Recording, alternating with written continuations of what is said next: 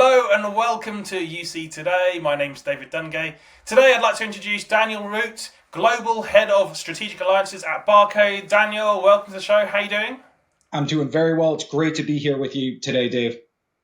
Fantastic. So today we're going to be talking about the hybrid workplace, some of the challenges we're seeing in the market still, but particularly around those meeting rooms. Dan, should we start off with a bit of an introduction to yourself? You've been in the role now coming up to 6 months. Tell us a bit about your role and how that's gone for you. Sure thing. So first off, obviously, my name is Dan Root. I am the head of Global Strategic Alliances here at Barco, and my role consists of a couple different threads, so to speak. So my first and primary is, of course, our alliance program, which has over 75 different partners, as well as over 500 compatible and certified devices with ClickShare. So that, of course, takes up a fair amount of time and effort, and then also working with all of our strategic partners on go-to-market programs and everything to really support our field and support our customers. And then I also work within the product strategy, and that comes from my time at Wayne House, really being an analyst covering this market. So I have a good understanding of where the market's headed. And so I sit in with some of our stakeholders within the strategy realm. And then lastly is as the thought leader, again, because of my time as an analyst and as our paths have crossed previously, it's been a fair amount of media interviews and really kind of telling the story and sharing the story of ClickShare and what it can do on a day-to-day basis for you and your team. So I have to say, after 6 months, it's been a real whirlwind. Just before this recording, we were actually going through how many months it's been, and I was thinking it's only been 3. You were correct, much closer to 6. And it's one of those things where when you hit the ground running and there's an awesome team, you just kind of get yourself immersed, and it really doesn't feel like it's been that long. So it's been a great start so far. Thanks for asking. Well, time flies when you're having fun, hopefully. So let's get into that first question, Dan. I look around the industry, hybrid working. I don't see many people getting this right. There are still lots of challenges for organisations who are trying to implement that hybrid working strategy. What are some of the challenges you're seeing when it comes to hybrid working, particularly around that meeting room space right now?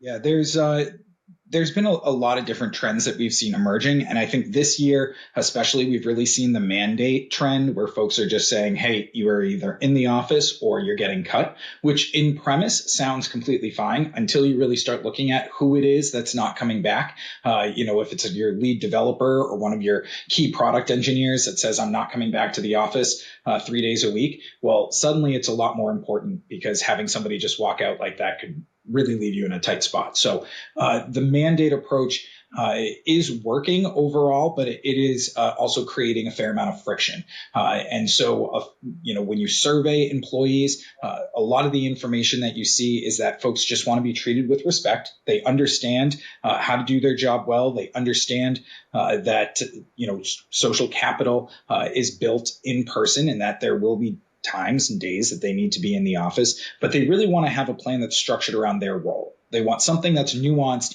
enough to understand when do I need to be in the office, and I don't want to just commute to compute.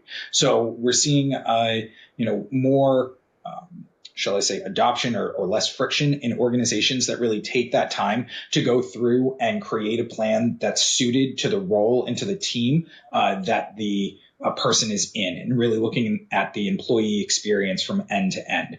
And that's another trend we've seen, which is around the rise of people teams and really focusing on the employee experience. Prior to COVID, there was kind of a disparate process of IT picks certain things, AV picks other things, HR picks other software, and none of them really work very well together. But here it all is, and maybe we'll give you a intranet, page that has links out to everything that you need. But that's about the closest you're getting to anything that's integrated. And so since COVID, we've seen really a rise of this people team within organizations that are looking more at how do I create a nuanced experience for this employee based off of their role. And that's helping to really reduce the friction. So we're seeing, two different approaches of either the carrot or the stick out there in the market right now. And I would say that the stick certainly has worked fairly well, but the carrot definitely garners a lot more engagement and buy-in from your team, as well as increased ability to retain your staff and your talent. Yeah. Well, let's talk about some of those needs, particularly from the technology side of things. What are you seeing demand for when it comes to that tech? Around the meeting room space or meetings sort of space. Well, within meeting spaces, there's obviously a continued shift towards video enabled meeting spaces, or the ability to have some sort of a hybrid meeting within a meeting space. But some of the challenges are when you move over to a full room system, then trying to just do in-room sharing can be relatively difficult. You need to actually like start a call and then share the call between your laptop into the room that also has to join the call. So there's a few steps in there. So there's friction in the process of how folks want to use spaces. And we've seen an evolution of kind of room design. You've seen some more out of the box designs being adopted, such as, Microsoft's Front Row. Pretty much every furniture vendor at this point in time has a Front Row style desk situation for a rectangular room. You're seeing a lot more of the informal type spaces, but in all of these spaces, the interactions with technology really need to be consistent and the same if you want folks to be able to leverage that space. Because if you're having to learn a new experience every time you walk into a room, or have to guess how the AI is going to work on the products in the room, you really struggle to have confidence and really empower your team to leverage the tools you're giving them. If you're making an investment into this technology, you really need to think about, how is it that I can make it as simple as possible for my people to learn it in one room, but scale that to all of my spaces so that they have that confidence when they walk in, that I know what to expect, I know how to use this, and I know how to make sure I look like a professional. So we've been seeing a fair amount of folks trying to get down to what's the most flexible type of technology I can put into a space. And of course, ClickShare has always been kind of at the forefront of that type of flexibility of let's just connect your personal device and let you run what you want. But there's also really now coming back from COVID, a strong presence of Microsoft Teams rooms that are out in the world, as well as Zoom rooms, Cisco WebEx rooms, and things. And so we have to learn to also operate within those ecosystems. And that's really, where we're innovating and driving towards, is how do we still bring a super flexible, common denominator type experience to every single room, regardless of if you happen to have a preferred UCC vendor or not. Yeah, I mean that's a really good point actually. When I look around the enterprise space, one of the other sort of added layers of complexity is the number of UC platforms that a lot of these enterprises are using. And very few are using just one. So then there's that added challenge of layering on that knowledge across multiple platforms. But this is where interop can become really useful as well. What are you seeing in the market in terms of interop? And maybe you could talk about how Barco is really bringing that story to life and how you're addressing some of those challenges. So interop has been a long-told prediction and story, and so far the interoperability that has come to bear is still lacking a bit. There are some connections between, and I would say Microsoft Teams has done the best job with making the effort to try to be interoperable. With the success story of WebEx devices, or I should say Cisco devices, on leveraging Microsoft Teams rooms, as well as Zoom's interoperability with Microsoft.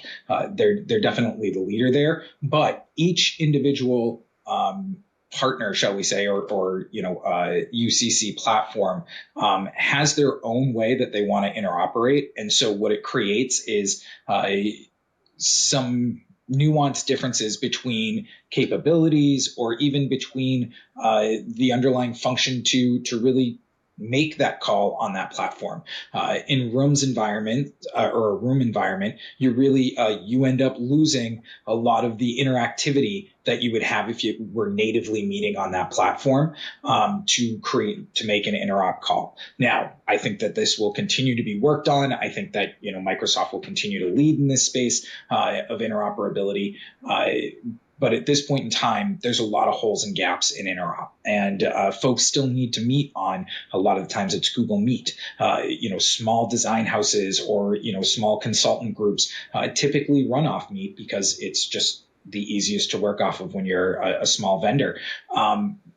And it's more difficult to get them onto your full systems and federated and things, especially when they're a small business, so they don't have the same level of infosec that you might at an enterprise. So how do I make those calls? How do I still meet with that person? And that's where we see Barco really trying to drive innovation, which is to say, we think that a Microsoft Teams room, a Zoom room, a WebEx room are all fantastic solutions. We want to enhance those solutions however we can and add flexibility for that common denominator. And what I mean by common denominator is the person who is going to be the furthest removed from that space, in the sense of how often they're going to be in that room, how often they're going to need the space, but still needs to leverage the technology in that space to get something done. So in a lot of cases, what that looks like is an external guest. I have a consultant coming in to give a presentation. I have somebody who is selling something to my organization, or maybe I resell something of a vendor and they need to come in and do training with us. And in those situations, that person connecting to your in-room or in-meeting space technology is really a challenge. And that's where ClickShare Portfolio really comes into play, in being able to provide you with a simple button press and be able to share into either the native call that's going on in the room, or to be able to take control of the camera, microphone, and speakers and lead your own hybrid call off of your personal device. Maybe we could dig into that a little bit more, Dan. You launched meeting switching earlier on in this year. Maybe you could talk to a little bit more about how that's really helping drive that collaboration through these organisations, and what are you sort of helping solve there? So, as I just mentioned a moment ago, it's all about flexibility, and it's really about meeting the users where they are. And from our perspective, some of the easiest ways to do that are to give you the experience that you're used to, versus trying to change your experience to what the room happens to be. And there are three main workflows that we see that create these challenges. So the first is that guest experience that I just mentioned a moment ago. The second is needing to be able to meet on another platform other than the native system that's in the room. And then the third is I need to be able to present just in room. I don't want to connect to a hybrid call. I don't want to have to make a call. Everyone's sitting here. I just want to share the content. And fortunately, in a lot of cases, I have to do a fair amount of a roundabout situation to be able to share that content just in room. Almost, if you will, here, a bit of Jonah Hill back from 40-year-old virgin trying to buy the shoes. I just want to buy these shoes. And in that moment, it was, no, you have to go home and bid on them and go through all these steps to be able to have those shoes. And he's like, but can't I just give you money right now? Like, we're right here. Can't we just get it done? So it is one of those environments or scenarios where you end up doing 15 steps just to do something as simple as just take my content and put it on the wall. So we really try to focus on that. And so meeting switching works with Android-based Teams rooms, as far as we have the Rally Bar Mini, as well as the Poly X series, where you can connect a CX50 Gen 2. And in doing so, you run your Microsoft Teams room like you would any other Microsoft Teams room. But when you have one of those three cases that we just talked about, you just plug in the button, press the button, and then you're able to take control of that Microsoft Teams room, or take control and share content into a Microsoft Teams call that is ongoing. On same sort of interaction as if you were using the HDMI ingest off of a tabletop unit. So those are the areas where we're really trying to provide more flexibility, create a situation where we have teams that can learn one room and one set of interactions and take that to all of the spaces across the organization to provide that consistency of approach and of the engagement with technology.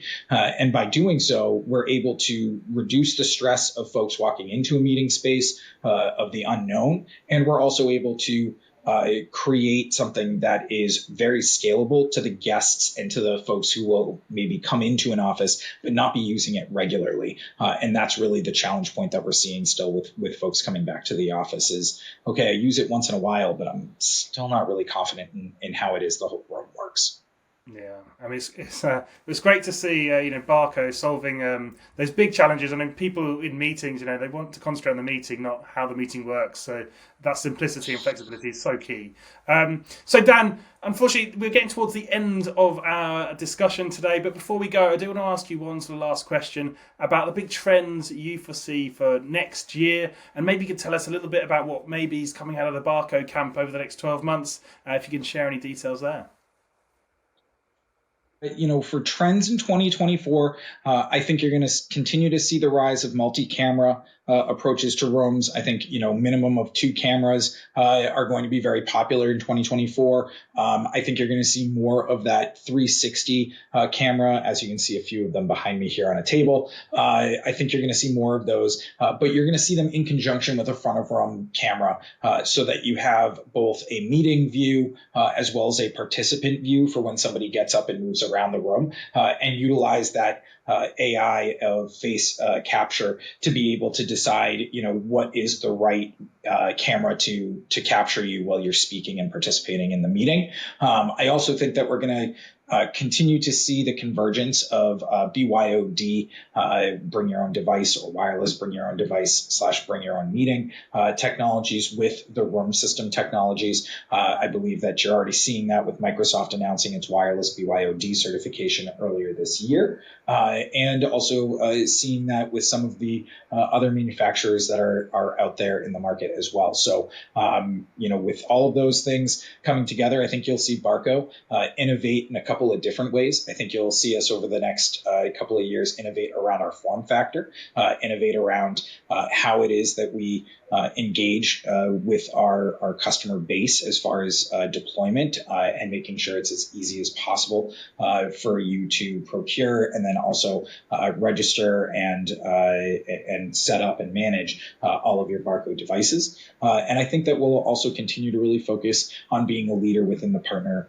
alliance program area. And of course, small bias there given my role in the company. But I think that you'll see going into next year an increased amount of co-development on the solutions that are coming to market with our key partners, and a growing go-to-market strategy globally to best help our customers and our shared customers with our key partners be able to create that real scalable single user interaction for all their meeting spaces.